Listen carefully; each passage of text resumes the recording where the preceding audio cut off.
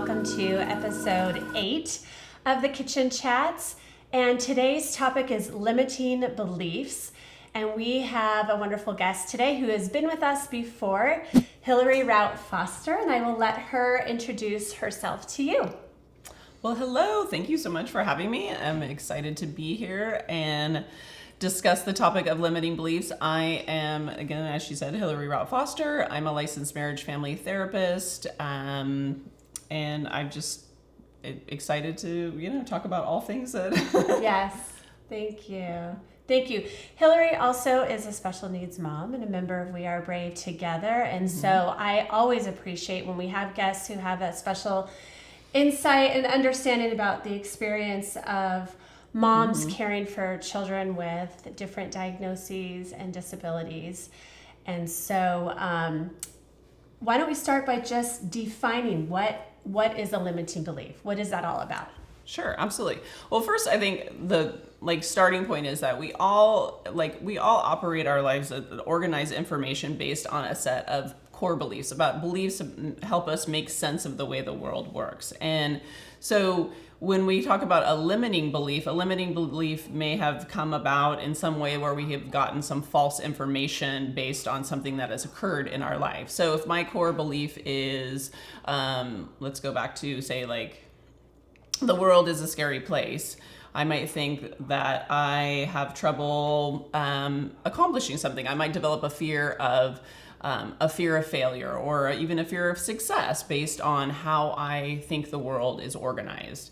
And so then based on my actions, we'll kind of mimic what I think, underneath that core belief is holding me back. So instead of if I try something and then I'm not good at it, I'm like, oh, see, that's because...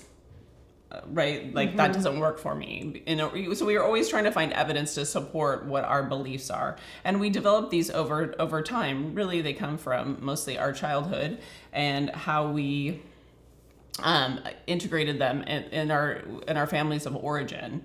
So that's kind of we're always operating, because think about it, the mind is this big filtering system, your subconscious mind. You're always taking in information and it needs to find ways to organize that. It's this big, I imagine the brain has these filing systems, right? Where we has this is good, this is not good, because we can't constantly pay attention to everything that's going on in our environment around us. So our beliefs are ways that we can organize this information that's coming into our world.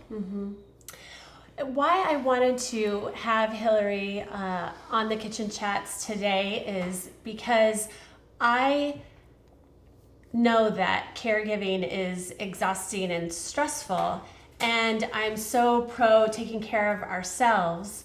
I don't mean getting your nails done, but doing the things that sustain you for the long haul, that bring joy or a sense of calm or a sense of peace, or that just contribute to your mental, emotional, and spiritual health, so that we all don't burn out as moms. And I think if we can really dive into this and think about some of the limiting beliefs that affect us as mothers, and we can change our thoughts, I think it will really help us. So that is my why for why this topic today. And I think as we dive in a little bit more, you will really see that there's a practice here that can be implemented that really will help you, that will help me. Yeah. I know that's a great point, because it affects everything we do, whether it's in our parenting style, in our relationships, in our businesses, right? These are things that are underlying it in our subconscious mind. To go back to, we had a conversation at one of the meetings, and I was explaining that your subconscious mind is really 95% of the things that you think are coming from your subconscious programming. We have this that are just, we're not aware of them, right? So only about it's probably actually more than that. So say roughly 5% of the things that are in your conscious awareness, meaning you're paying attention, we're having a conversation, we're being intentional about how we speak. But in the background, we all have this program that's running, and it might be saying things oh, well, who am I to be talking on this subject? Or why will people care about what I have to say? So these beliefs that maybe I have a core belief that I'm not good enough.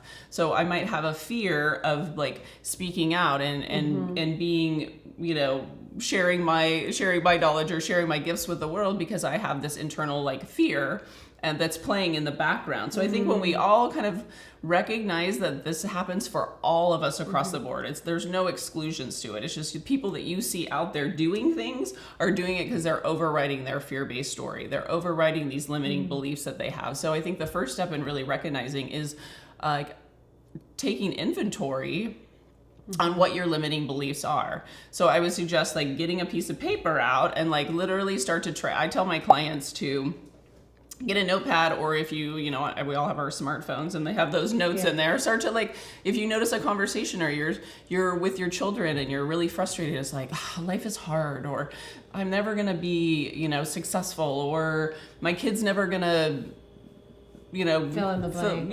Whatever it is, right? Or I am never going to. If you find yourself with these like negative patterns, write it down so you can just, at least the first step is really to become aware that this is actually going on in the background and it's inhibiting you from reaching the goals that you want to reach. It's coming in between you and your goals. So And when we say goals, we're not saying like some giant lofty goal. Like maybe you just have a goal. I have a goal of being patient. Yeah, it could. Right? We all could use a little patience as moms. So how do I train myself so that that comes out in my behavior rather than, me losing my cool with my son or really any child, right? Motherhood is not for wimps. How do we do that?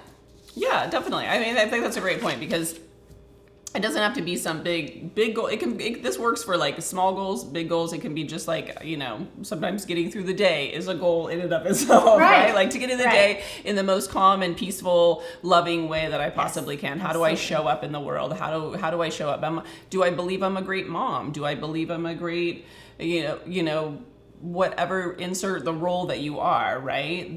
Do I believe I'm enough? So a big like underlying, I know for me, is like, my core belief when I did these exercises that we'll talk about a little bit later was like, I'm not enough, right? And I think a lot of us can relate, especially having any mom, but definitely when you have kids with special needs, it's like, I'm not enough. I'm not doing enough. I'm not like showing, right? And we all only have a limited resource of like being able to show up. But when we are able to really understand that it's like, oh wow, I am enough, and here's the evidence to show it. Like, I'm loving, I did a great job today. I may have messed up, but you can find yourself, I would always tell this too, like catch yourself being good, right? Like, because we're really always focused on what we're not doing well, right? Like we always tend to go for the negative. And I was explaining this a little bit earlier, is that the reason that we do that is because we have a primary, like the primitive brain that we have, right? We've had the same brain for millions and billions of years that has served us really well. But its job, the subconscious mind's job, is really, it has two main functions, which is to keep you alive, or basically keep you alive, and keep your identity intact. So it really is like, it doesn't care if you're happy, it doesn't care if you're a good parent, doesn't care if you're like in a relationship, doesn't care if you make a lot of money. Your subconscious mind really is just, that's its primary function. And like I told you before, 95% of the things that you're doing and experiencing are coming from that subconscious program.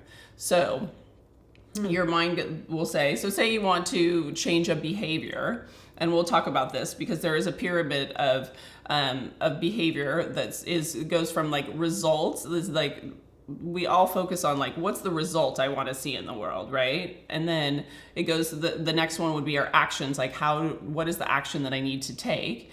And then the third one is our thoughts. What am I thinking? And then underneath that is my beliefs about that.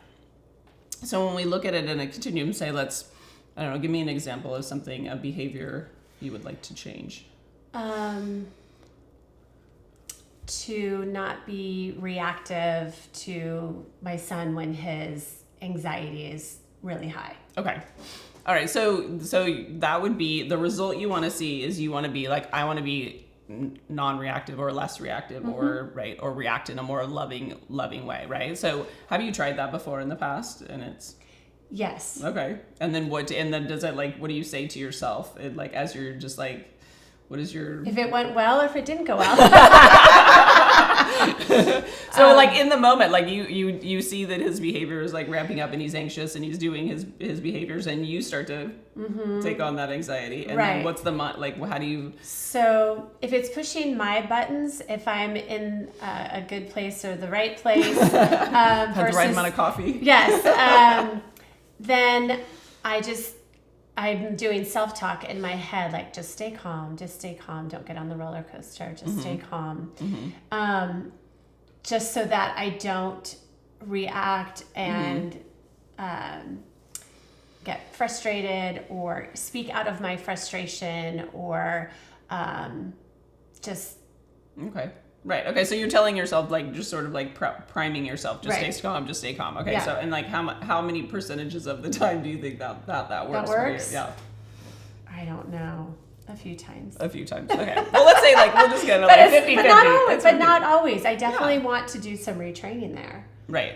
And that's okay, because again, like, so let's go back. So that's like the reaction that you want. So like, again, going back to your thoughts, like just stay calm, but it's like, in your mind, and this would be just a great exercise for you, and then this is something you guys can all do and insert whatever it is for you, that it's like start to like write that down in that moment the next time that happens, right? Like, what am I really thinking? Like, oh, if I don't stay calm, then I'm gonna like lose it, and if I lose it, then like this is gonna happen. And then you kind of going through the whole scrolling of like, right, in your mind, and it's happening like at nanosecond speed, right? So you're trying to override this by just stay calm, and then that one little maybe trigger happens, and then you lose it, because it's like you only have enough bandwidth to stay calm, right, for so long, for so long, right? Of course, we're all human, yeah. And so believe me, I've lost it with my kids plenty of times, right? We're human, but maybe then what you end up saying to yourself is like, see, I'm really not that great of them. Like, what would what do you think? Right, then you bash yourself with like, oh my gosh, haven't you learned to be patient by now? Like, your son's 16.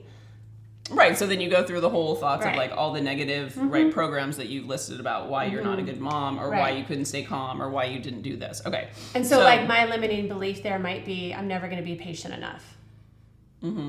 Right. Okay. So so again, you're trying to change your behavior at the results level. You're trying to change your base, like just by being calm. It's like me trying to say like, okay, this New Year's I'm going to go on a diet, and I'm not going to eat chocolate cake, right? Like I can withstand like chocolate cake for like only so long. And then eventually I'm going to give into it, because I'm just trying to change my behavior on my actions, like not eating the cake or not reacting to my son, right? So I'm like, I'm just trying to change it based on that. But I still have those thoughts running.